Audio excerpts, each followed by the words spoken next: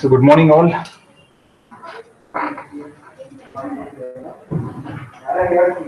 Yeah, Akshay Marnur, RCB. We'll wait for the next session now. Okay. Yes. Morning, sir. Morning, morning. Yeah. I get one more thing again. I'll just go here. Go for my entire session. Yeah.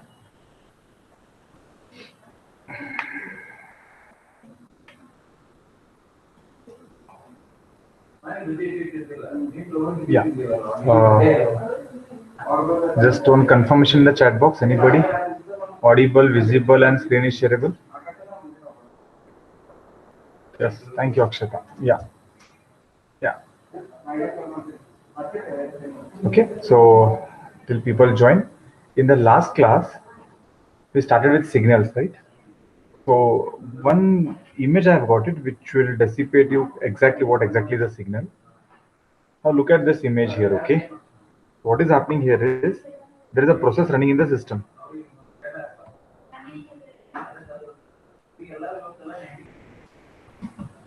Okay, okay, I'll keep it as it is. There is a process running in the system. Now look at this is a process. Now this process can be interrupted by various means. Like see, let's assume when you're starting a Windows only now. See, the minute you start a Windows,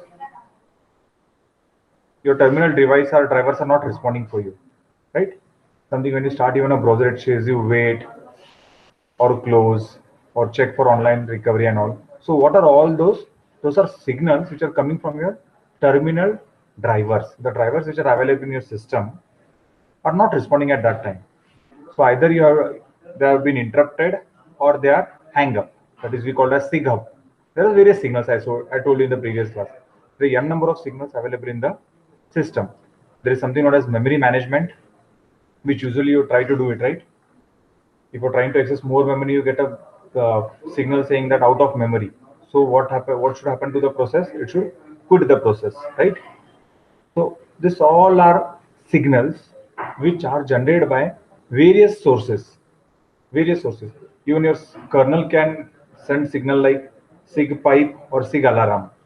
Now sig alarm is something like when a timer is completed for a process, you should get a intimation saying that your task is done.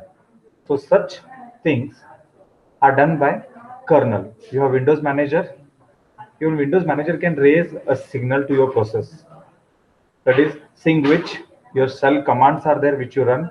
Those also can raise a signal to the process. Now signals are nothing but asynchronous events, right? Which interrupts a process. That is what I told in the previous classes.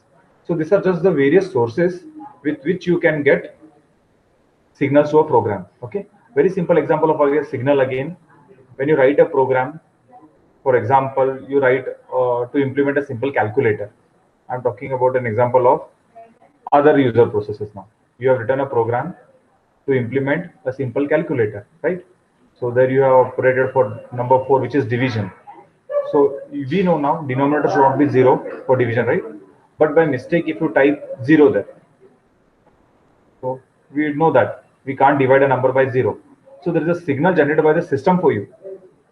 It shows us some error message on your system. See, can't divide, floating point error, can't divide by 0, something like that. That's a signal. Getting it? That's a signal which is generated by a process. That is a signal which is generated by a process. So there are various means by which signals can be generated for a process. Okay, this was what I was telling you previous classes. Further, I said what is a signal?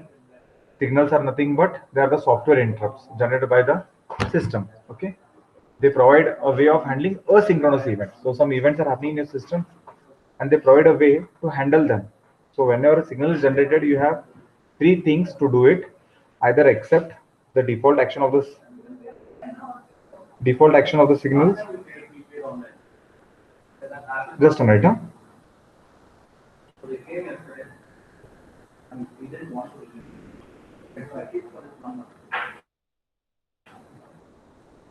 Yeah, sorry.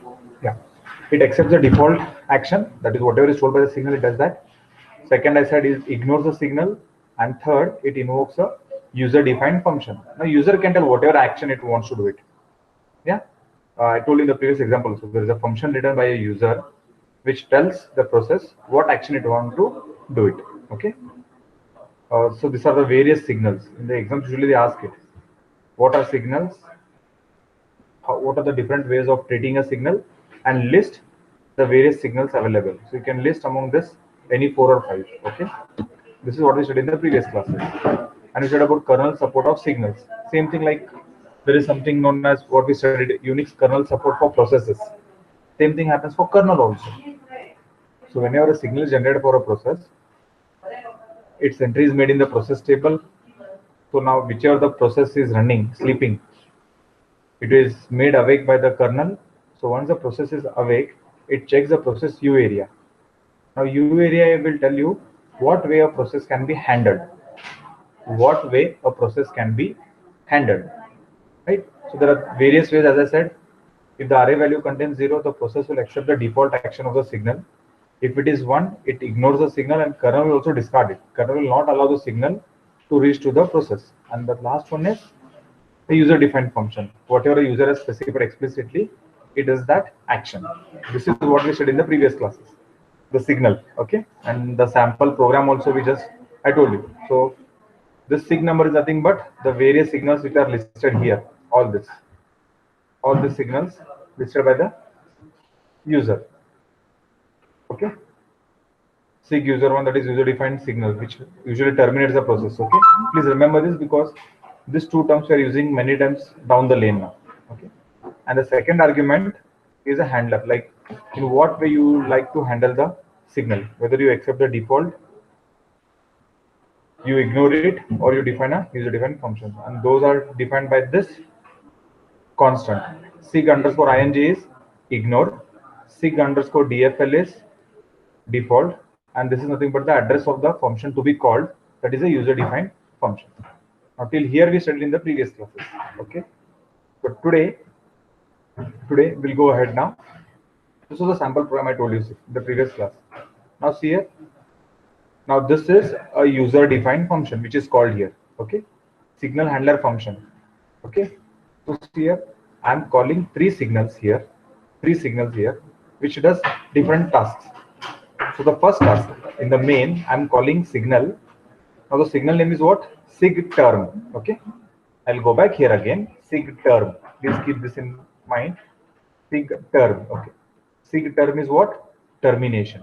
That means terminate the process. So what I'm doing is here, this simple program, I have called the signal API, okay, which is a signal statement. The signal I'm passing to this process is terminate the process.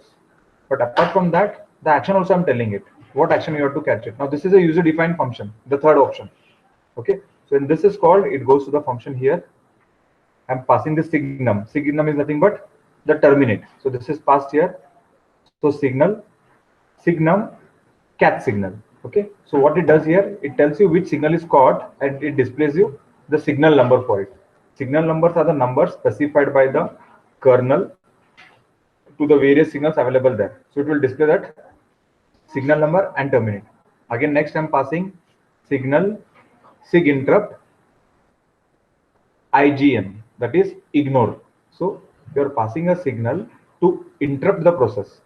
But what handler you're passing? Ignore it. So even if the signal is passed, you can just ignore the process. That is what it says you. Then next again I'm doing it signal sig SEGV. For this signal number, I'm passing its default action. So whatever is the default action of sig SEGV. So let's go back here again. Sig SEGV. Sig SEGV. Invalid memory reference. That is terminate plus core. That means whenever this I'm passing here, it will terminate the process because of memory and generates a core file.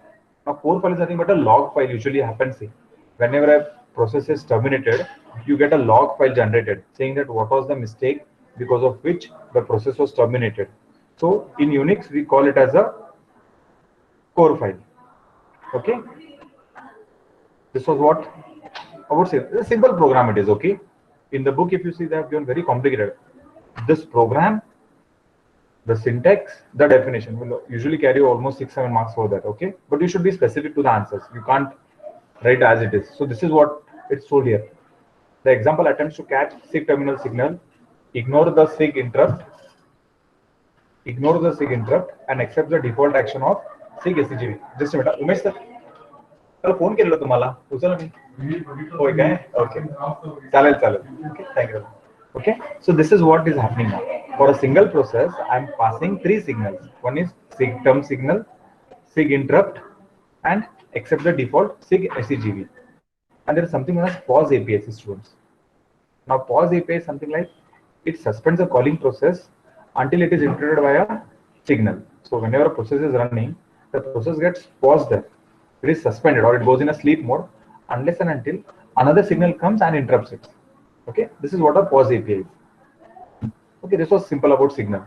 Now this is what I'm talking about. Again, signal, a sample program here where I'm defining SIG USR1, which is nothing but, again, I will go back here. USR1 is nothing but, these are all predefined. You may ask again now. Before asking, I'm telling you, SIG USR1 is nothing but user-defined signals, and it is to terminate the process. The default action is terminate. Here you can ignore it, accept it, or define a user-defined function again. But the default action for this is terminate the process. So again, there is a sample program.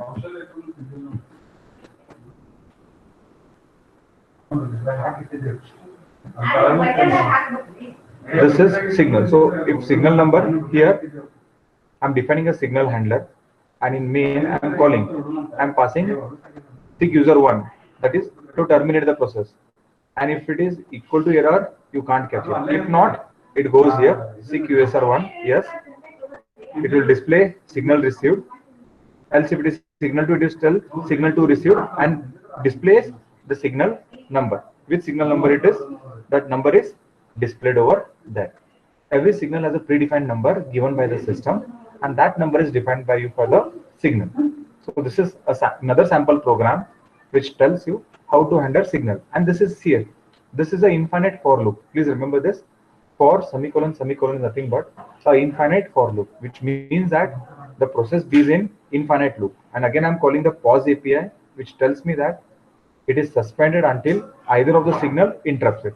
Okay, so this is all about a signal. You can explain this program also, or you can take it this program also. It is very up to you, whichever you want it. Okay, this is what it shows you. See, starts process in the background. If I'm running it, kill received user signal 1, kill user signal 2, and terminate the process. So whichever I'm passing it, it takes that signal and does the default action for me. Okay, next. Now next is kill and raise function. Now very important now. What is the kill and what is the raise function? Now if you can see this, kill is nothing but an API. Kill is nothing but an API which will handle signals sent by the kernel. Now when a process wants to send a signal to itself, because the remaining signals which are available all are sent by the kernel. But if a user wants to send a signal to a process, it can be done by a API known as kill API. Now the kill function sends a signal to a process or a group of process. Please remember, all the signals which are sent to a process are sent by the kernel. But if one process wants to send a signal to another process or group of process, that can be done by the API known as kill API. What are the arguments for kill? The arguments for kill are only 2 arguments: the process ID, to which process you are sending, and what signal you are sending it. Okay, so please remember, all the signals to a process are sent by kernel only. But if a process wants to send a signal to other process, it can be done by the API kill. See, SIG kill is a signal. Please remember that SIG kill is a signal which is sent by the kernel. But kill is an API which says that one process can send a signal to other process or group of processes. And there is something known as raise function. Now raise function is something like when a process wants to send a signal to itself. When there is a process running, it wants to stop by itself, it wants to terminate by itself asynchronously, then the process can use the raise API. Please remember, kill function is used to send a signal to other processes or group of processes. And if a process wants to send a signal to itself, then we can use the raise API. So the arguments for kill are two arguments. First one is the process ID, PID underscore T PID is nothing but the process ID of the process whom you want to send a signal.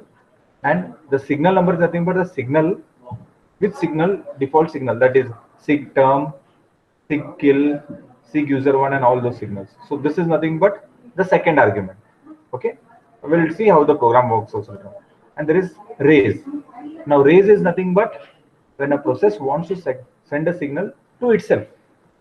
When a process wants to send a signal to itself, we use the raise API. Now both return 0 if it is executed successfully, and it writes -1 or error. Okay. Now when I say raise, so again there is a concept here. See, this is usually asked in your what I can say, interview questions and all, right? Usually. So I just thought of placing it here. So raise, can kill be used to send a process to itself? There was a question asked all sometime. See, because you said, sir, kill is used to send a signal to a process or group of processes, and raise is used to send a signal to itself. So can I use kill to send a process signal to itself? Yes, you can do that. So see here how it is. Raise, when I say raise signal number, is nothing but I'm sending a signal to the process itself, which is calling it. Now this is equivalent to kill get PID. Please remember, get PID and get PPID. We studied in the process terminology. See, get PID system call will get me the process ID of the process being executed. Get PPID will get me the parent process ID of the process. Okay. So since you are in the same process, you can just call, rather than specifying the PID, call the system call get PID. Now get PID will get me the process ID of the process itself, and for that you pass the signal number. So kill raise is equivalent to kill call also. This is a syntax for you to remember that. Okay. Okay. Again, there are different conditions on which PID arguments to kill a process. Very important here now. Now when kill is called, okay, I'm specifying the process ID. So process ID may have various values. Remember, if it is greater than 0, if it is equal to 0, it is in the child process. If it is greater than 0, it is in the parent process. If it is less than 0, and it is -1. There are 4 scenarios over there, because you call a fork system call. And when you say it, if fork is equal to, now when fork is executed, it returns a file descriptor. Now that file descriptor may be having various ways, because you remember fork, I said it executes once and returns twice. One value is returned to the parent process, one value is returned to the child process. Now where the context switching is happening, we don't know. Same way, since in kill we are calling the process, giving the process ID. If PID is greater than 0, the signal is sent to the process whose process ID is PID. That means from the parent process, it is sent to the process whose PID is equal to the PID specified here. And if this PID is equal to 0, the signal is sent to all processes whose process group ID equal to the process group ID of the sender, and for which sender has the permission to send the signal, because it writes to the child, I said, right? So what happens here is, if PID is equal to 0, it sends a signal to group of all processes. The parent has n number of shell processes. It sends a signal to all its processes, given a scenario that it should have the permissions. Usually it's only said, only a super user can send the signals usually all times, not the clients and all, or the process which don't have permission, they can't send the signals. Okay. And there is one scenario where PID is less than 0. This is sent to all processes whose process group ID equals to absolute value of PID, and for which sender has permission to send the signal. Now absolute value comes here, like we have hard link and soft link values over there. A process can have again its subordinates.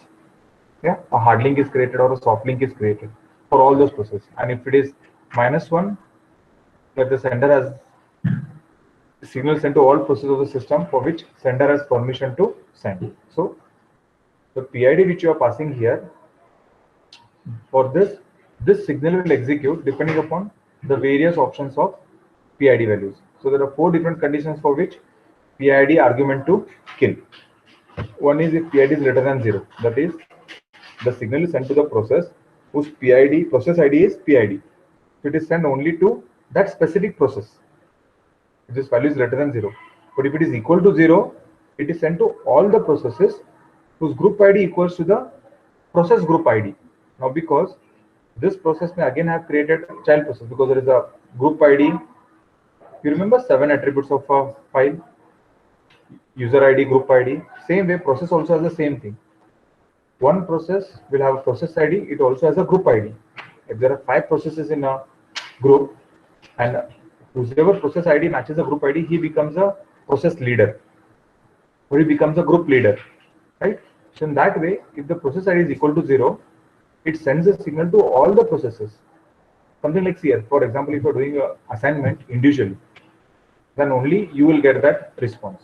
But if you're doing the assignment in a group, so one instruction given to one person, it's equivalent to sending to all those people in the group, right? This assume that in that scenario now, if a single person is there, he'll get only that process will get the instructions. But if you're doing project in a group, then one signal sent to a group leader or a project leader of your team, it is very equivalent that all other people also will get the same signal. And there is PID less than 0, whose process group ID equals to the absolute value of the PID. Now here comes the hard link and soft link value. Similar to this only, but just a slight modification at the system level. And when it is -1, the signal is sent to all processes on the system for which sender has a permission to send. So when it is -1, the signal is sent to all the processes on the system. In a process, there may be a number of processes running. So whichever processes are running, for all those you can send a signal. So this is how kill can be used. Now see the simple example of kill here. Now what we have done here is I've written a handler, that is the third option. So in main, I'll show the program also I've written here. So PID, so PID equal to 4. Now once a process is created here, if it is equal to 0, it's in the child process, else it is in the parent process. So what I'm doing, assuming that it is in the child process, goes in child, I'm sending a signal, which is interrupt signal. And for that, what I'm doing its default action. That means in the child process, here, I've written a main program. And please remember, as I said, all signals are available in the signal.h header file. So this I've included. This is the third option. What a signal can do: default, ignore, and user defined. So this is a user defined I'm saying here. So I create a process.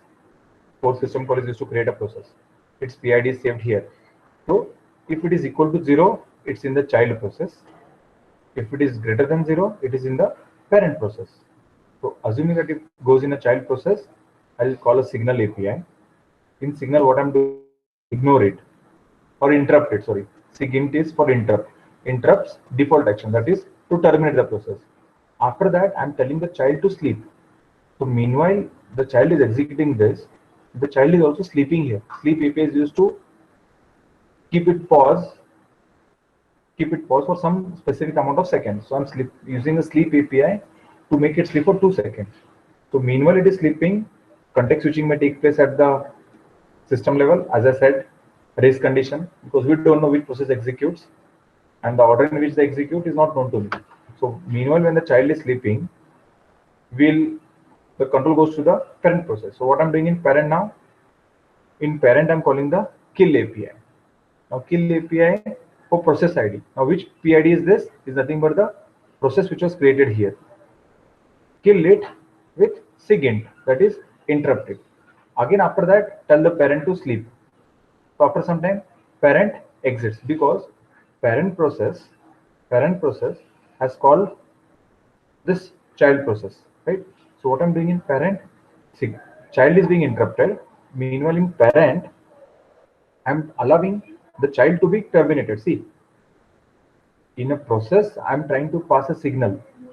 Yeah, in a process. Now this is a process. In the process, I'm trying to pass a signal. Directly, I can't use signal API here. If at all you want to pass a signal to other processes, you can use kill API. Now because the else part here, you are in parent process. So in parent process, I'm calling the kill API, which will send a signal to other processes. Which process? is the process specified by this process ID. And what signal I'm passing? SIG interrupt. So whichever the process was created here, for that I'm passing the process ID PID, which is nothing but interrupt. Again, the parent sleeps, it displays a message and terminates the program for me. So this is how you can use a kill API to send a signal to other processes. Okay. And now next, there is something known as alarm and pause function. Okay. Now what is the alarm? The simple alarm like what we have in our mobile phones and all, the alarm clock. But here the way it functions is a bit different. Over. See how what it means for me. The alarm function allows us to set a timer that will expire at a specific time in the future. Same like as alarm, what we have on our mobile phones, right? The reminder and all. The alarm function allows us to set a timer that will expire at specified time in the future. And when the time expires, this SIG alarm signal is generated automatically. Very important. So when the timer expires, see we set a something like the same thing, right? See, when you set an alarm, you have different tones to be set as an alarm tone or reminder tone, right? So the minute your alarm ticks, the music starts playing from your mobile phone, right? Now what is that music playing? It's a signal. Who generated the signal? Your alarm generated. See, you had n number of tones on your mobile phones, but never it played automatically. But since you made it, alarm API.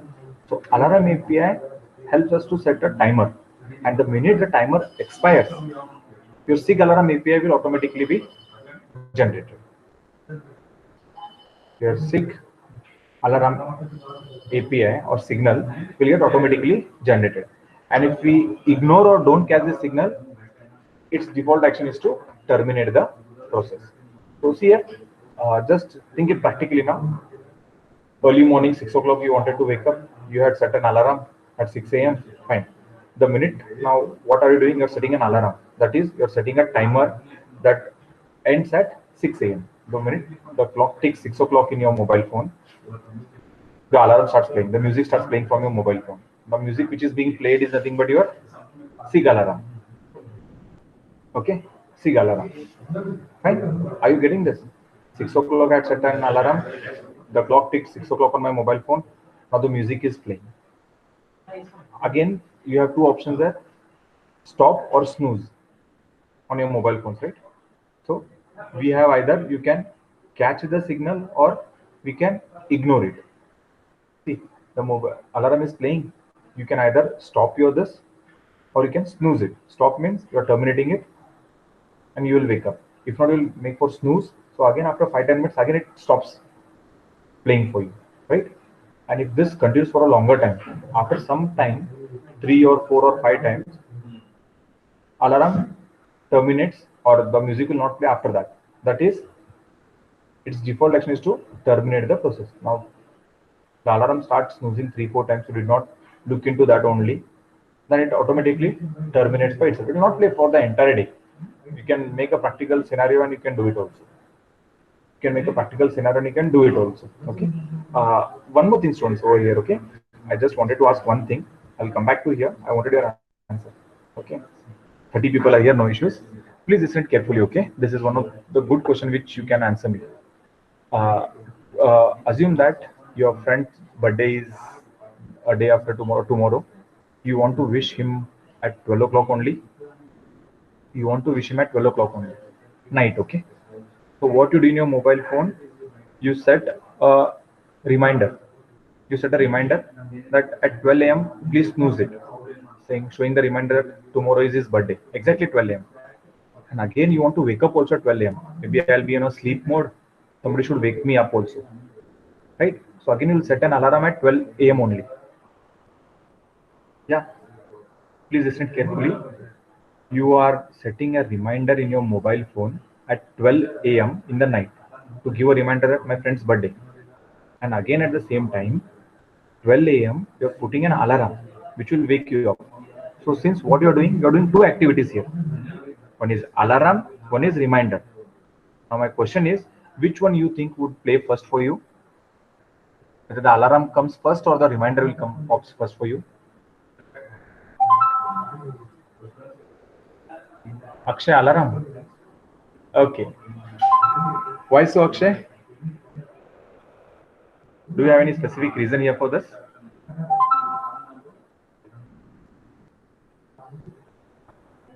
And you can see, since there are 31 students, you can try this practically. This is a concept of operating system for you, okay? Now you may think, now why sir is taking for me from Unix to OS. Try it out later on after the class hours. Try to set a reminder at 12. Try to set an alarm at 12. Give different ringtones for both of them. And try seeing which one will pop you first. Akshay Manu, you set me alarm? Yes, it is correct. Alarm. Reminder reminds 5 minutes early. Arey, Gangadhar, nahi. You can have the settings up to you. You can keep your own settings up to you. I'm just saying the specific way. That's up to you. Remind me 5 minutes early, remind me on time. You have all that settings in your mobile phone, right? We have that settings. Remind me 5 minutes early, remind me 10 minutes early, remind me half an hour early. That is up to your customizations, I meant to say. This is a very good concept of OS, usually asked in your technical rounds. If you set an alarm and reminder at the same time, which will beep you first? Try it out, okay? Try it out, okay? Coming back to Unix again here, the same thing which I was telling here. Signal alarm. So alarm, what it allows you to set a timer. So once the timer exits, automatically a SIG alarm signal is generated. And once this alarm signal is generated, you have three things to do. Either you can ignore the signal alarm, you can catch the signal, or you can allow it to do its default process or default action. So how the alarm API can be used? It can be used by unsigned int alarm, unsigned int seconds, which means that you're specifying the number of seconds after which your signal should be raised for you. Okay, after which the signal should be raised for you. It returns 0 or number of seconds until the previous set alarm. So in alarm API, you're specifying an integer number. The integer number is nothing but the number of seconds after which your signal should be raised. Okay, that is what I'm talking about. I'll just show you an example here. Probably I have written the code for you. Alarm.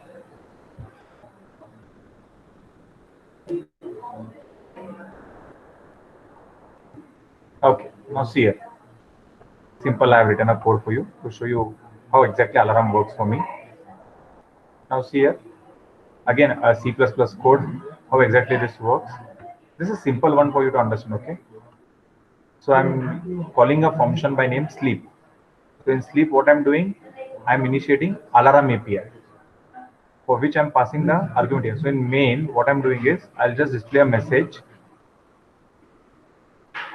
I'll just display a message, something like cout, Amit is waiting. After that, I have called a sleep API. It's not a sleep API, okay? Please remember the function name is sleep. Please make sure that the function name is sleep, not it's a sleep API. I give the some function name as sleep. You can give your name also. So this function I'm passing the argument as 5. So control comes here. What happens? It waits for 5 seconds, because after 5 seconds it halts the process and you get this message. See here, Amit is waiting and Amit finished waiting. Between these two, you have a gap of 5 seconds to be displayed on the screen. Okay. Pause API, as I said, it keeps the process waiting until the next signal is received. Okay. Now see how this works now. Okay. See, now nothing is happening. Amit is waiting. 1, 2, 3, 4, 5 happening. Yes, it directly came to the next. So what is happening here is the alarm API, which I said here, is nothing but it will allow you to wait for specific amount of seconds and then take your control to the next system call. So that is what is explained here. If we call alarm, a previously registered alarm clock for the process has not yet expired. The number of seconds left for that alarm clock is returned as the value of this function. Now it may so happen that you're calling an alarm function which is already given by the some other process has already given it. So at that time, what you do is this will, whatever the previously was registered, it will wait for that number of seconds, or else that previously registered alarm clock is replaced by the new value. Up to the system level, if somebody has already set an alarm, that is replaced by some new value. If the previously registered alarm for the process has not yet expired, and the second value is 0, the previous alarm is cancel. So it depends at the system level. How are you using it? If somebody has already set it, reuse it, update it, or cancel it. And although the default action is tick alarm is to terminate the process. So once the alarm comes up, after that the default action is to terminate the process only. So most processors that use alarm clock catches this signal. So whenever you call an alarm API, it does its default action is nothing but to terminate the process. This is what I've told you. I've written, please ignore the capitalization, okay? Because since it is written in PowerPoint, the first alphabet is taking capital because it is I in lowercase only, okay? V in lowercase, U in lowercase only. So I have defined a function sleep, and which I'm passing an alarm API. After that, what I'm doing is, as is Amit is waiting, this gets displayed for me. After that, you are calling the sleep function, goes here, radio is 5, so alarm waits for 5 seconds. After 5 seconds, a signal is generated. So once the signal is generated, you are calling the pause API. So it pauses that signal and it comes out of that. And maybe it displays you Amit finished waiting, or it will display you segmentation folder end of the process, because the default action of alarm is to terminate the process. Okay. Yeah. This is what. Again, there is a pause function. That is what we said here. What is a pause? The pause function suspends the calling process until a signal is caught. So whenever you use pause, it suspends the calling process. So which process? Parent and child. If a parent is calling a child process, it suspends the parent process until the signal which was generated is caught by the parent. Until unless it is caught, it keeps on suspending the process only, and it returns -1 with error number, which error it was happening. The only time pause returns is if a signal handler is executed and the handler returns. That's the only time when pause returns a positive value, or maximum time pause returns an error only for you. Because what it does, it suspends the calling process, and once it suspends the parent takes a signal known as SIG termination, and once it terminates, it stops the process there itself. Only time if the signal handler is executed and it returns, then only it writes some positive value, or else it stops the process there itself. Okay. Again, the simple example of alarm which I have given here now. Alarm, SIG alarm, the number of seconds it pauses and it returns the alarm value. It will not do anything and it just returns the alarm value for you. Okay.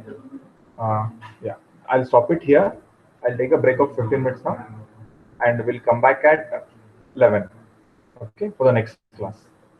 We'll come back at 11 for the next class. Meanwhile, I'll stop this recording here.